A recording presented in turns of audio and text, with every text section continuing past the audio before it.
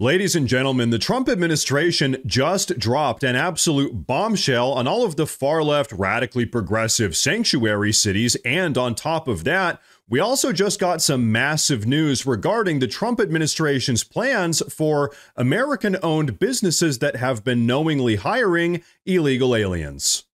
So folks, with all of that being said, I would suggest that you all stick around for today's entire video because between you and me, I think that you guys are going to like this one. Now, as many of you know, these sanctuary cities, as they've been called by the far left, have really just been harboring, aiding, and abetting illegal alien invaders for decades now. Which is why Border Czar Tom Homan had this to say just last night. Let it play. We are going to prioritize sanctuary cities because we know we have a problem. We know there are really some public safety threats every day. And I said today at the press conference, we're going to flood the zone of sanctuary cities. We're sending additional agents. We're going to flood the neighborhoods with officers. We're going to flood worksite enforcement. If they don't give us access to the bad guy in Rikers Island or at the precincts, then we'll go to the neighborhood and find them. We're not going to give up on this. We're going to just send more resources. Double down, as President Trump said, triple down. And so, folks, there you have it. If you're the mayor of a sanctuary city and you've been refusing to comply with federal immigration law, then you can expect to have to deal with the full force of both ICE and DHS. No more compromises, no more negotiations. Finally, the mass deportations are underway. But you know what? As a little bit of a reminder, take a listen to what Stephen Miller had to say just last night about why mass deportations are so important in the first place. Let it play. Hunter Biden's father, his administration, presided over the greatest invasion on American soil in American history. The mass theft and pillaging of American jobs, wealth, and security. And you're seeing the results of that with that video footage that we've all watched now of two illegal aliens with serial criminal records that Joe Biden, that the Democrats, the Democrat Party, purposefully let into the country, set free, had custody of, and released. And then they ambushed this brave CBP officer who, despite the injuries he sustained, fought off his attackers. And of course, one of those attackers, you can now see the footage, was dumped by his accomplice in an emergency room after sustaining 3 gunshot wounds. But this is happening all over this country. Joe Biden and the Democrat Party allowed millions of military-age men with criminal records and criminal intentions and criminal ambitions into the country to prey on us, to prey on our cities, to prey on our communities. Then on top of that, millions more are stealing our benefits, stealing health care, stealing spots in our public schools, and stealing the wages and the incomes of working Americans.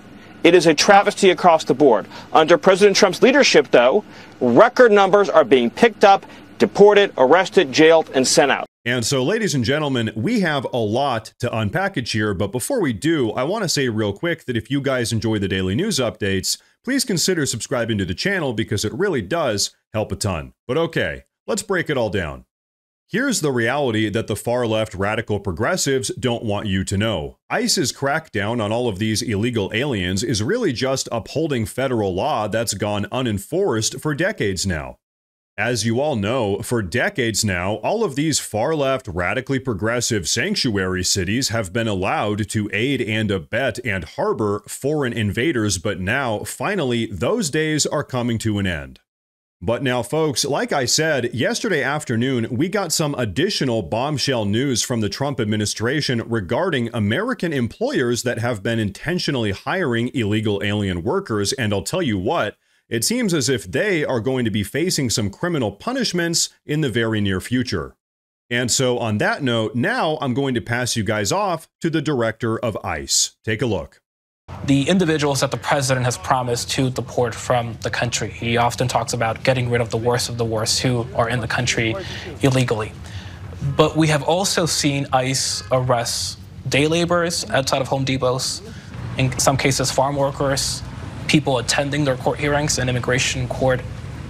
Is the policy still to prioritize the arrest and deportation of people who are here illegally, but also are violent offenders? Yes, ICE is going to focus on the worst of the worst. And that's what we do need to focus our limited resources on. That's one thing I've always said from the start. What's, again, frustrating for me is the fact that we would love to focus on these criminal aliens that are inside a jail facility, right? A local law enforcement agency, state agency already deemed that person a public safety threat and arrested them, and they're in detention. I'd much rather focus all of our limited resources on that to take them into custody. But we do have to go out into the community and make those arrests. And that's where we are seeing those increase of, if we encounter someone, say, that is here in the country legally, we will take them into custody. In regards to the work site, like you mentioned, one thing that I really like to highlight, especially what kicked off June 6th in LA, is the fact that when you see ICE doing these work raids, like the marijuana grow farm, we are going there with criminal search warrants or criminal arrest warrants. Not only are we focused on those individuals that are, working here illegally, we're focused on these American companies that are actually exploiting these laborers, these people that came here for a better life, either forced labor, child trafficking. A lot of these worksite cases just isn't a victimless crime of someone here working illegally. And that's why we're going there with these criminal warrants, to focus on these American businesses that are trying to make an extra dollar on the backs of these people that came here for a better life. So you are planning on holding accountable the employers, the companies that are hiring people who are here illegally, not just the workers? 100%. Because that has been a concern. It is. And so, ladies and gentlemen, there you have it. Going forward, not only are all of the illegal aliens going to be getting deported, but also any American-owned businesses that are intentionally hiring illegal aliens will also be getting held accountable. But you know what? Let me give you guys some background information here. In accordance with the Immigration Reform and Control Act of 1986, which was actually passed by Ronald Reagan, it's actually a federal crime to knowingly hire an illegal alien. And worth noting, refusing to properly vet the legal status of new hires is also a federal crime in accordance with this specific piece of legislation. So what this means is that President Trump doesn't even need to pass any new laws to start holding employers accountable. All he has to do is start enforcing a piece of legislation that's already been on the books now for almost 40 years. And so now, I want you all to take a listen to another clip in which the ICE director goes over his strategy of collateral arrests. Take a look at this. Do you know how many of the individuals arrested by ICE are people here illegally, but who also have serious criminal records? ICE is always focused on the worst of the worst.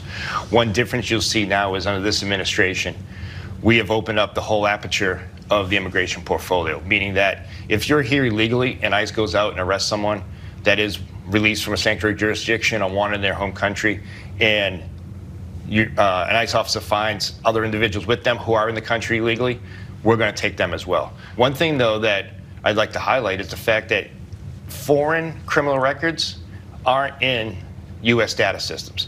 So when we do go out and, say, arrest someone that has an Interpol red notice because they're wanted in their home country, they're still a criminal, but under the American judicial state, they don't have an American criminal history, but that doesn't mean they don't have a criminal history in their home country. If your agents encounter anyone who is here illegally, irrespective of whether or not they have a criminal record, that person will be taken into custody. If they're here in the United States illegally, yes, they will.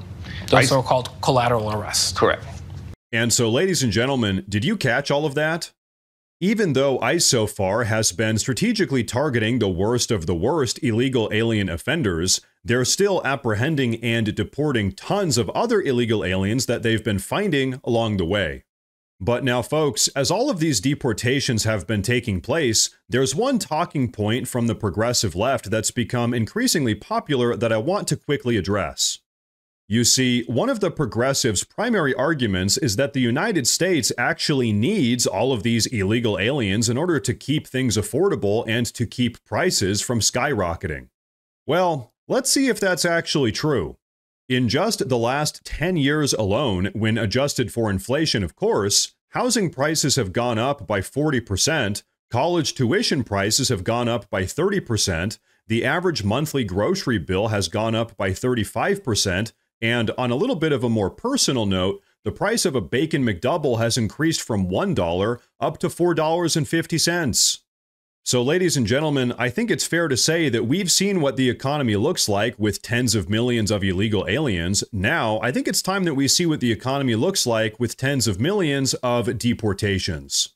And you know what? Between the ongoing crackdown on sanctuary cities, the increased pressure on employers, and the ongoing deportations, I think it's safe to say that finally things are getting back on track. And you know what? Good. If we really want to start putting America first and making America great again, all of these illegal alien invaders have got to go.